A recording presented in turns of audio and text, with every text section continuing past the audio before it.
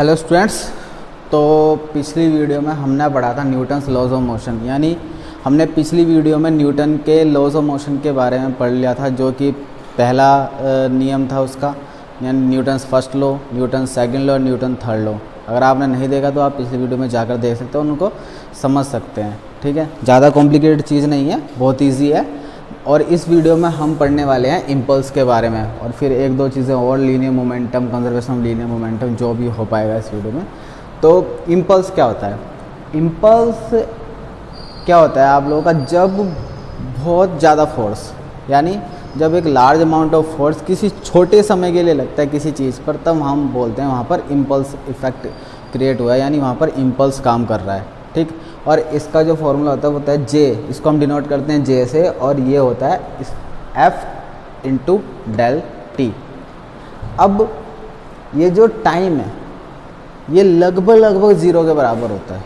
ठीक है, ऐसा नहीं ज़ीरो ही होगा, ज़ीरो होगा तो फिर इनका प्रोडक्ट ख़त्म हो जाएगा, ज़ीरो आ जाएगा आंसर। तो लेकिन लगभग बहुत छोटे टाइम के लिए बोल रहे हैं हम। तो जैसे कि एग्जांपल के तौर पे बताऊं कि मान लो एक बैट्समैन है, ठीक है, उसने क्या किया, बॉल आई तो उसने उस पर फोर्स लगाया। बैट्समैन लगाता है बहुत ज़्यादा फोर्स, ठीक है, और उसने बहुत, बॉल और बैट कितने समय के लिए कांटेक्ट में आए, बहुत ही कम समय के लिए, लेकिन उसे बोलेंगे इम्पल्सिव फोर्स, जो कि एक बैट्समैन ने बॉल पर लगाया, क्या मारने के लिए, छक्का। ठीक है, नाउ जैसे कि आप लोग देखते हैं धोनी का हेलीकॉप्टर शॉट। ठीक, तो अब इसमें तो मैं यहाँ पर एक लाइन पढ़ रहा हूँ जो कि आप लोगों को बड़े ध्यान से सुननी है, then you will get a better idea how will write in the examination if you get to write definition of the impulse. So first of all, impulse is a physical quantity which is used to get an idea about the change in dynamic state of moving particle. You have to write it in your notebook. I want it that you all will write it in your notebook, and I will check that you have written this or not. The physical quantity which is used to get an idea about the change in dynamic state of the moving particle, यानी impulse की definition या statement बोल सकते हैं इससे related. ठीक है, mathematically हम इसको कैसे डिनोट करते हैं, J is equals to F del T से। ठीक है, जहाँ पर जो आप लोगों का ये डेल टी है, ये it is tends to zero, लगभग ज़ीरो के बराबर होता है, बहुत छोटा फोर्स होता है। और एफ, ये जो एफ है ये लार्ज होगा, क्या होगा, बहुत लार्ज होगी, एफ की वैल्यू बहुत लार्ज होगी। तो this is the impulse. Now जो आप लोगों का, अगर हम जे को देखें अब, ठीक है, अगर हम इसके बारे में मैथमेटिकल एक्सपीरियंस से कुछ और एब्स्ट्रैक्ट करने की कोशिश करें तो हम जे को क्या लिख सकते हैं, जे को हमने लिखा J is equals to F del T. देखते हैं कुछ अगर निकलेगा तो ठीक है, नहीं निकलेगा तो कोई बात नहीं। ठीक है, अब हमें पता है एफ को हम लिख सकते हैं m into a del t, और m को मैं लिख सकता हूँ m del v del t। ये तो इससे कैंसिल हो जाएगा, तो यानी ये बन गया m डेल v। और डेल v का मीनिंग क्या हुआ, change in velocity. Change in velocity का मीनिंग क्या हुआ, m v माइनस u, यानी m v minus m u। तो अगर दैट इज़ द j, तो अगर इसको देखें तो इसको तो मैं लिख सकता हूँ क्या, J is equals to del P. ये चेंज इन मोमेंटम ही तो हुआ, mass into final momentum minus initial momentum, that is the. तो यानी इम्पल्स क्या होता है, इम्पल्स है कि कोई भी बॉडी के, जब उस पर फोर्स लगा, बहुत ज़्यादा फोर्स लगा किसी बॉडी पर, तो उसके मोमेंटम में कितना चेंज आया। तो इस तरह से हम इम्पल्स को देख सकते हैं, और यहाँ से हम मोमेंटम की भी डेफिनेशन निकाल सकते हैं। ठीक है, तो कैसे निकाल सकते हैं, सपोज करो कि, हाँ, एक केस मान लेते हैं, let u is equal to zero, यानी रेस्ट पर है, कोई भी ऑब्जेक्ट रेस्ट पर है। रेस्ट पर होगा तो उसका इनिशियल वेलोसिटी कितना हो, ज़ीरो, और आपने उस पर बहुत तेज़ी से फोर्स लगाया। ठीक है, यानी तो यहाँ उस केस में क्या हो गया, जे इज इक्वल्स टू, ये तो हो गया ज़ीरो, यानी J is equals to m v. यानी सपोज करो एक बॉडी रुकी हुई है, ये रेस्ट पर है, और आपने इस पर बहुत तेज़ी से फोर्स लगा दिया, बहुत ज़्यादा फोर्स लगा दिया, रुकी हुई थी, तो आफ्टर सम टाइम जो इसके मोमेंटम में चेंज होगा, जितना इसका मोमेंटम गेन करेगी, ठीक है, वही क्या होगा, उसी को बोलेंगे हम कि इस पर इतना इम्पल्स लगा, वही इसके इम्पल्स के बराबर होगा। ठीक है, कोई ऑब्जेक्ट रुका हुआ, बॉक्स मान लो, आपने इस पर मान लो सड़क पे चलते हुए कोई बॉक्स मिल गया, तो उस पर हमने लात मार दी, स्ट्राइक किया उसको, ठीक है, तो यानी उस पर हमने इम्पल्सिव फोर्स लगाया। ठीक है, जैसे फुटबॉलर क्या करता है, फुटबॉल को किक करता है, तो that is a impulsive force. ठीक, नाउ तो यहाँ से हम मोमेंटम के बारे में डिफाइन कर सकते हैं क्या, the momentum of a particle is the impulse required to bring the particle from rest to the present state of motion. क्या बोला मैंने, the momentum of a particle, the momentum of a particle of the particle impulse, क्या बोल रहा हूँ मैं, the momentum of particle is the impulse, जो momentum है किसी पार्टिकल वो क्या है, is the impulse required to bring the particle from rest to the present state. यानी सपोज करो कि कोई ये ऑब्जेक्ट रुका हुआ था और इस पर हमने फोर्स लगाया और ये किसी प्रेजेंट स्टेट पर आ गया। ठीक है, मान लो अब इसकी स्पीड हो गई v इज इक्वल्स होगा 20 मीटर पर सेकेंड सपोज करो, तो हम इसे 20 मीटर पर सेकंड में जितना मोमेंटम चेंज हुआ वही क्या हुआ, इस पर इम्पल्स हुआ। तो अब इसका मास मान लो कितना 5 kg, तो मैं क्या करूँगा, इसका मोमेंटम कितना हो जाएगा, मास इंटू वेलोसिटी, यानी 5 इंटू 20, यानी इसका यानी कितना हो गया है, 5 इंटू 20 का मीनिंग क्या हो गया, 100 kg मीटर पर सेकेंड। ठीक है, तो ये ही क्या हुआ, 100 यूनिट इसका क्या हुआ, इम्पल्स हुआ।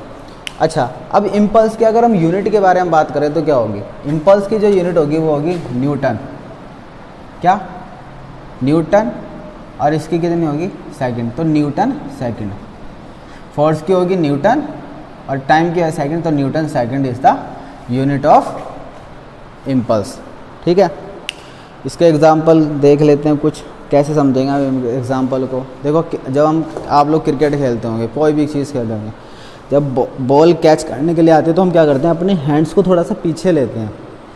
क्या होता है हैंड्स को पीछे लेने से, देखो बॉल का ना कुछ मोमेंटम है, ठीक है, बॉल का कुछ पर्टिकुलर मोमेंटम है, तो बॉल जिस स्पीड से आ रही है हमारी तरफ, तो उसका पर्टिकुलर कुछ मोमेंटम है कि हाँ वो इतने मोमेंटम से हमें स्ट्राइक करने वाली है। नाउ अब उसके मोमेंटम, अब जो हमारे हाथ में आएगी तो वो रुकेगी, तो ये उल्टा केस हो गया, यहाँ पर चीज़ रुकी हुई थी, हमने उसको चलाया था फोर्स देकर। अब कोई चीज़ बॉल वाले क्या सीन है कि वहाँ पर क्या है, वहाँ पर चीज़ चल रही है लेकिन हम उसको रोक रहे हैं। ठीक है, हम उसको रोक रहे हैं, तो ये उल्टा हो गया। लेकिन वो उस इम्पल्स के लिए अब हम यहाँ पर जो इम्पल्स जो फोर्स हमें उस पर लगाना है, वो हम पर फोर्स, हमें उस पर जो फोर्स लगाना पड़ेगा वो ज़्यादा लगाना पड़ेगा। ठीक है, लेकिन अगर हमें फोर्स कम लगाना है, उसका ये जो फैक्टर है, ये कुछ पर्टिकुलर मान लो 100 यूनिट है, 100 यूनिट का मोमेंटम लेकर बॉल नीचे गिर रही है, ये फिक्स है, तो हमें इसको रोकना है, तो अपोजिट में हमें 100 मोमेंटम ही देना पड़ेगा। तो हम क्या करेंगे, हमें फोर्स ज़्यादा लगाना पड़ेगा अगर हम टाइम कम लें। इन दोनों का प्रोडक्ट हमें 100 चाहिए, तो अगर हम टाइम को बढ़ा दें, इसको 4 कर दें, तो मेरे को फोर्स 25 यूनिट का लगाना पड़ेगा, 25 न्यूटन। ठीक है, तब ये 100 हो जाएगा ना। लेकिन अगर मैं 1 सेकंड में ही रोकना चाहूँ बॉल को, तो मेरे को 100 न्यूटन का फोर्स लगाना पड़ेगा। 100 न्यूटन का फोर्स जब लगेगा ना मेरे हाथ पर, मैं लगाऊंगा, तो भाई मैं लगाऊंगा उस पर, तो वो भी तो मेरे पे लगा होगा। न्यूटन का थर्ड लॉ, जब मैं 100 न्यूटन का फोर्स बॉल पर लगाऊंगा, तो 100 न्यूटन का फोर्स ही तो बॉल मुझ पर लगाएगी, मेरे हाथ पर लगाएगी, तो क्या होगा, उससे मेरे हाथ पे स्ट्राइक करेगा, उसको तेज़ लगेगी वो। लेकिन मैं क्या करता हूँ, जब बॉल आती है तो मैं उसको ऐसे खींचता हूँ, तो यानी मैंने उसको थोड़ा टाइम दिया, तो क्या होगा, उससे मेरे को उससे फोर्स कम लगाना पड़ा, और वो भी मुझ पर फोर्स कम लगाएगी, इसलिए मेरे हैंड्स जो हमारे हाथ होंगे जो बिल्कुल वो ईजिली हम उनको कैच कर सकते हैं और वो हर्ट नहीं करते हमको। ठीक है, यहाँ पर समझ सकते हैं आप लोग। देखो ये जो भी है, अगर आप 1 सेकंड में उसको रोकना चाहते हो तो 100 न्यूटन का फोर्स लगाना, 2 सेकंड में रोकोगे तो 4 सेकंड में रोकोगे तो 25। देखो फोर्स कम होता जा रहा है, जितना ज़्यादा टाइम बढ़ाओगे उतना ज़्यादा फोर्स कम होता रहेगा।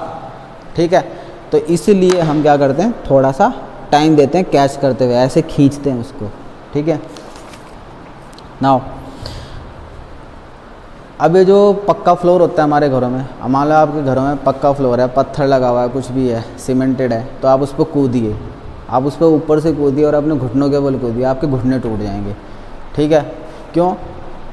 क्योंकि उस पर जो आपने फोर्स लगाया बिल्कुल जो लगा उस बहुत कम समय दिया आपने उसको। ठीक है, वो एकदम से जितना फोर्स आप लगाएगा वो उल्टा आप पे लगाएगा और आपको तोड़ देगा, आपके घुटनों को तोड़ देगा। लेकिन अगर आप ऐसे ही सैंड पर कूदते हैं तो क्या होगा, आप उसके नीचे धंसेंगे तो थोड़ा सा टाइम लगेगा आपको नीचे जाने में, तो आपके ऊपर फोर्स कम लगेगा। तो यहाँ से भी आप इम्पल्स को समझ सकते हैं। अब इसके बाद मैं आप लोगों को बताना चाहूँगा कि कंजर्वेशन ऑफ लीनियर मोमेंटम क्या होता है। ठीक,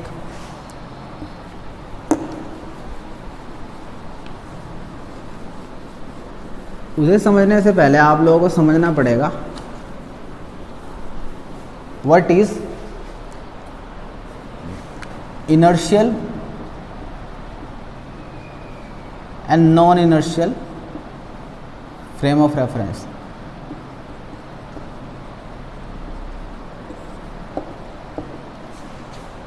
इन टर्म्स को समझना बहुत ज़रूरी है, क्योंकि क्वेश्चंस में आ जाते हैं। क्वेश्चन में आ जाते हैं तो हमें इन चीज़ों के टर्म्स नहीं पता होते हैं, इनका मीनिंग नहीं पता है। तो मीनिंग नहीं पता हो तो हम क्वेश्चन को बहुत ज़्यादा डिफ़िकल्ट लगते हैं कि अरे ये क्या नया टर्म आ गया, ये तो हमें पता ही नहीं है, इसको कैसे समझेंगे हम, फिर ऐसे हमको ऐसे लगने लग जाता है। तो समझो मैं क्या बोल रहा हूँ, ये आपको लिखना है, ध्यान से सुनना, और ये आप लोगों की नोटों में लिखा होना चाहिए ध्यान से। इनर्शियल फ्रेम के बारे में बता रहा हूँ। N inertial reference frame is one in which Newton's first law correctly describe the motion of a body, not acted upon by a net force। ठीक है, क्या मीनिंग हुआ कि एक जो इनर्शियल रेफरेंस फ्रेम है, ये आप लोगों को लिखना है अपने उसमें डेफिनेशन में, बाकी मैं समझा दे रहा हूँ कि ये चीज़ क्या है। ठीक है, ये नॉन इनर्शियल फ्रेम वो हुआ जिसमें कि न्यूटन का फर्स्ट लॉ जो है वो मोशन को करेक्टली डिस्क्राइब करता है। ठीक है,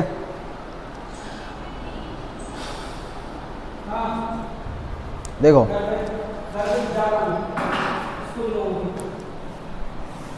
समझो ध्यान से। सपोज करो ये कोई भी व्हीकल है और ये दूसरा व्हीकल है। ठीक है, तो इसकी स्पीड है 20 मीटर पर सेकेंड और इसकी भी 30 मीटर पर सेकेंड है। दोनों की यूनिफॉर्म स्पीड है, तो ये भी चल रहा है, ये भी चल रहा है। तो अगर मैं यहाँ से इसके ऑब्जेक्ट्स को देखना स्टार्ट करूँगा तो मुझे क्या दिखेंगे, स्टेबलाइज दिखेंगे, मेरे को उन पर कोई फोर्स भी मतलब फील नहीं होने वाला है। ठीक है, क्योंकि अगर बस ये एक्सेलरेटेड नहीं होने चाहिए, एक्सेलरेटेड नहीं होने चाहिए। तो वो फ्रेम ऑफ रेफरेंस जो कि जिनमें जो मोशन होता है क्या होता है आप लोगों का, यूनिफॉर्म मोशन में हो। कोई भी ऑब्जेक्ट जो पूरा का पूरा सिस्टम है जिसमें कि आप लोग चीज़ों को क्या कर रहे हैं, देख रहे हैं। जैसे कि मान लो एक बस चल रही है, ठीक है, तो बस चल रही है तो उसमें और वो यूनिफॉर्म स्पीड से चल रही है, तो एक क्या हो गया, पूरा की पूरी बस एक इनर्शियल फ्रेम हो गया। ठीक है, क्या हो गया, एक इनर्शियल फ्रेम हो गया। जबकि अगर वही बस एक्सेलरेट करने लग जाए, तो वही बस जो होगी आप लोगों की क्या होगी, नॉन इनर्शियल फ्रेम हो जाएगी। ठीक है, तो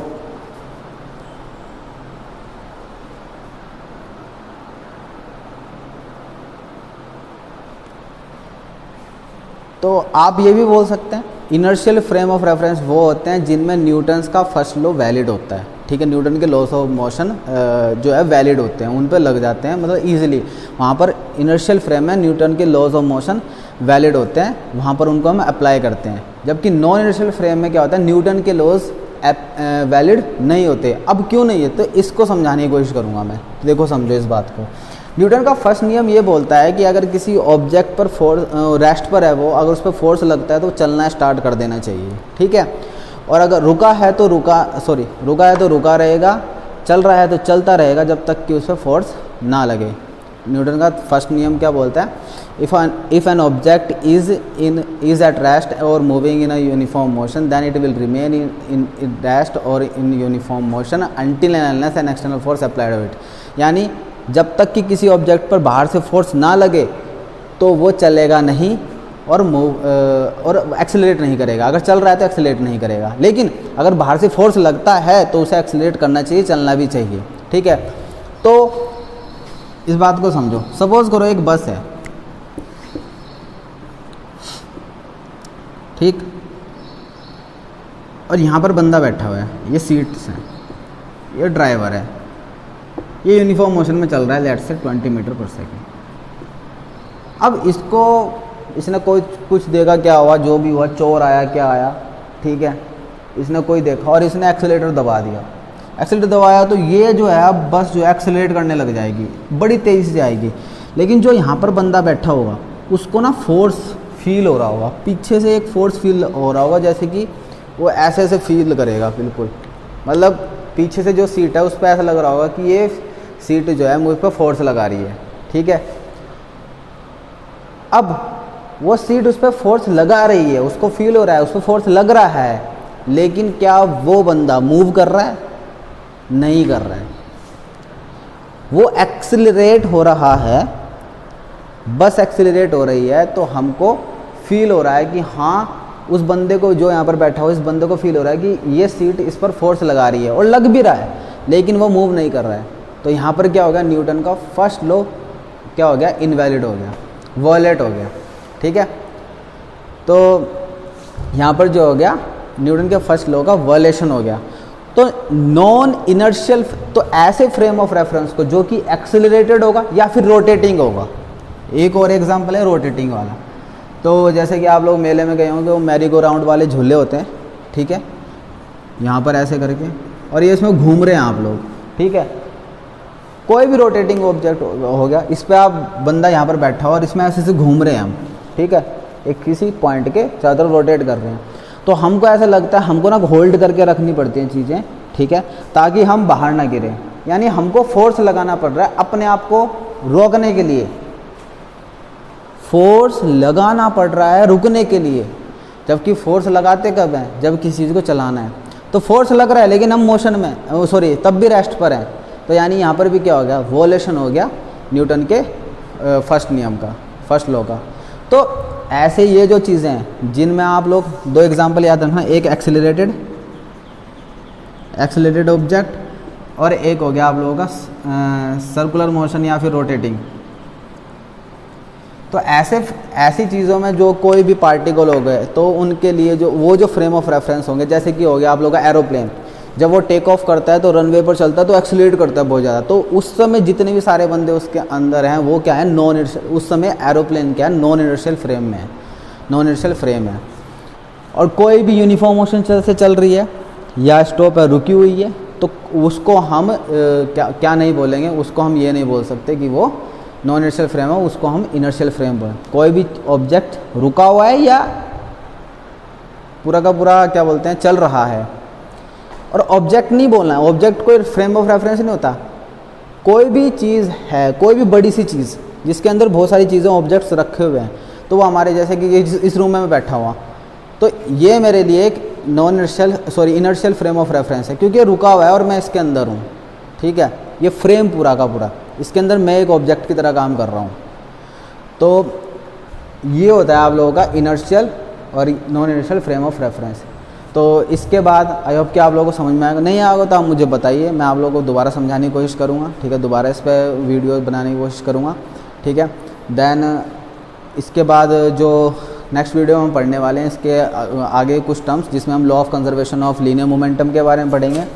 देन हम फ्री बॉडी डायग्राम के बारे में मैं आप लोगों को थोड़ा सा बताऊँगा, और फिर हम बताएंगे कि लिफ्ट में जो चीज़ें आती हैं। तो आगे की 2-3 वीडियो बहुत मतलब इम्पोर्टेंट है, जिसको आप लोगों को समझना चाहिए।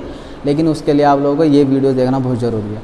तो thank you so much to watch this video. तो see in the next video. Thank you.